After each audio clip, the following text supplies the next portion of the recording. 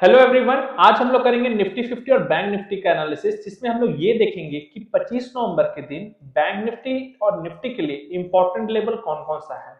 Friday के दिन एक बहुत बड़ा मार्केट में राइज आया है जो कि 800 पॉइंट का है, और हम लोग अभी यहाँ पे ये समझने का कोशिश करेंगे कि बैंक निफ्टी के लिए इंपॉर्टेंट रेजिस्टेंस और सपोर्ट लेवल कौन कौन सा है। चार्ट पे मैं जो अभी आपको शो कर रहा हूँ, यहाँ पे मैं बेसिकली ये दिखाना चाह रहा हूँ कि यहाँ पे जो भी ट्रेंड था मार्केट का, वो कहीं ना कहीं स्लाइटली बैंक निफ्टी में बियरिश साइड था। तो यहां से हम लोग को एक चीज बहुत समझने की जरूरत है कि मार्केट ने जो लो क्रिएट किया था 50,000 के पास, मार्केट ने कल के दिन 49,800 का एक लो लगाया था, और आज बैंक निफ्टी यहाँ पे हाई लगाया है लगभग 51,250 का। यानी कि आप लो से हाई का डिफरेंस देखेंगे तो लगभग 1400 पॉइंट्स यहाँ से बैंक निफ्टी ऊपर गया है। और बैंक निफ्टी के लिए सबसे बड़ा बात यह है कि अगेन बैंक निफ्टी उसी ट्रेडिंग सर्कल में पहुंच गया है, ट्रेडिंग रेंज में, जहां पे वो ऑलरेडी हम लोग 30 ट्रेडिंग सेशन ऑलरेडी स्पेंड कर चुके हैं। तो मल्टीपल ट्रेडिंग सेशन मार्केट इसी रेंज में था और अगेन भी बैंक निफ्टी उसी रेंज में आ गया है। इंपॉर्टेंट बात क्या है यहाँ पे देखने के लिए, एक बार इसमें हम लोग 30 मिनट्स का चार्ट पे जाते हैं। उससे पहले आप लोग एक बार डेली चार्ट में देख लीजिए। डेली चार्ट पे मैं ये एक लाइन ड्रॉ किया हूँ, और ये लाइन मेरे लिए इंपॉर्टेंट क्यों है कि हम यहाँ पे एक फिगर देख रहे हैं कि यहाँ से जब मार्केट ऊपर जा रहा था तो यहाँ पे रेजिस्टेंस ले रहा था, जब मार्केट अगेन ऊपर जा रहा था फिर रेजिस्टेंस ले रहा था, मार्केट जब नीचे आ रहा था तो उसको एज ए सपोर्ट लिया, फिर एज ए सपोर्ट लिया।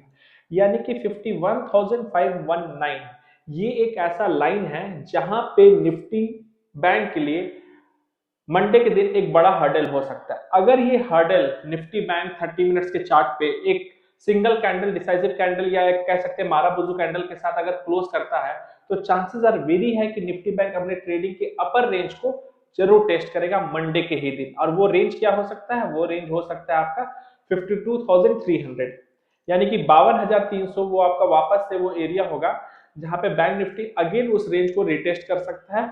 बस उसको 51,519 के रेंज के ऊपर कंफर्टेबली क्लोज करना पड़ेगा। एक बार 30 मिनट्स के चार्ट में देख लेते हैं कि क्या बैंक निफ्टी अप ट्रेंड में आया है कि नहीं आया है।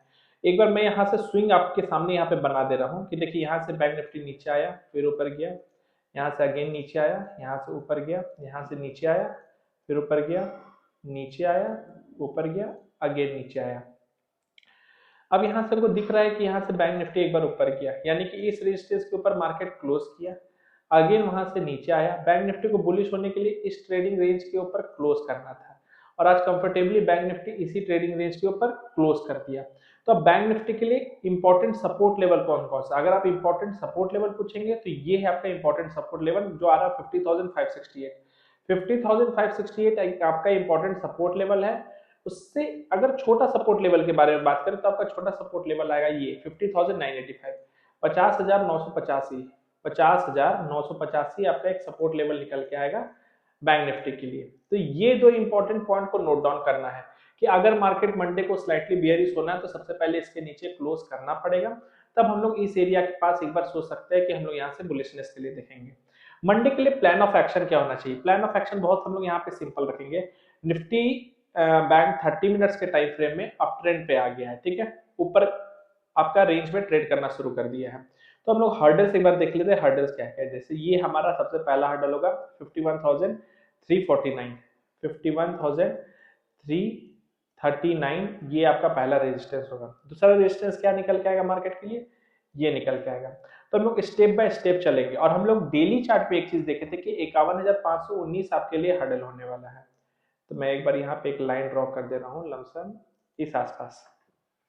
हम लोग यहाँ पे थोड़ा सा कॉशियसली ट्रेड करेंगे, क्योंकि देखिए अभी बाजार यही हो, अगर हो सकता है गैप अप खुले तो मार्केट ये रेजिस्टेंस एरिया के पास खुल रहा है, ये हमारा रेजिस्टेंस एरिया है। तो यहाँ पे हम लोग को थोड़ा सा कॉशियस रहना है। अगर हम लोग को यहाँ पे कुछ दिन अगर होल्ड कर लेंगे, यानी कि 1-2 घंटा टाइम स्पेंड करने देंगे, और इस एरिया के ऊपर अगर मार्केट क्लोज करते हुए निकलेगा, तो हमारे पास अच्छा सा रेंज है जहाँ पे हम लोग सिंगल हैंड एक डायरेक्शन में ट्रेड कर सकते हैं। हम लोग निगेटिव कब ट्रेड करेंगे? देखिए मार्केट बहुत अच्छे से यहाँ पे बेस बनाया है, उसके बाद ऊपर गया है।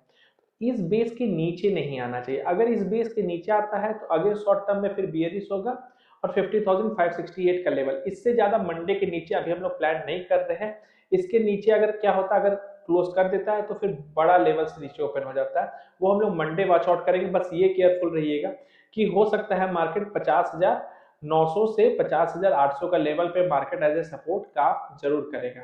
ठीक है, इसको हम लोग वॉच आउट करेंगे बैंक निफ्टी पे, क्योंकि बैंक निफ्टी अप ट्रेंड पे है, हाई हायर लो बनाया है तो अप ट्रेंड में लग रहा है। निफ्टी 50 का चार्ट देख लेते हैं।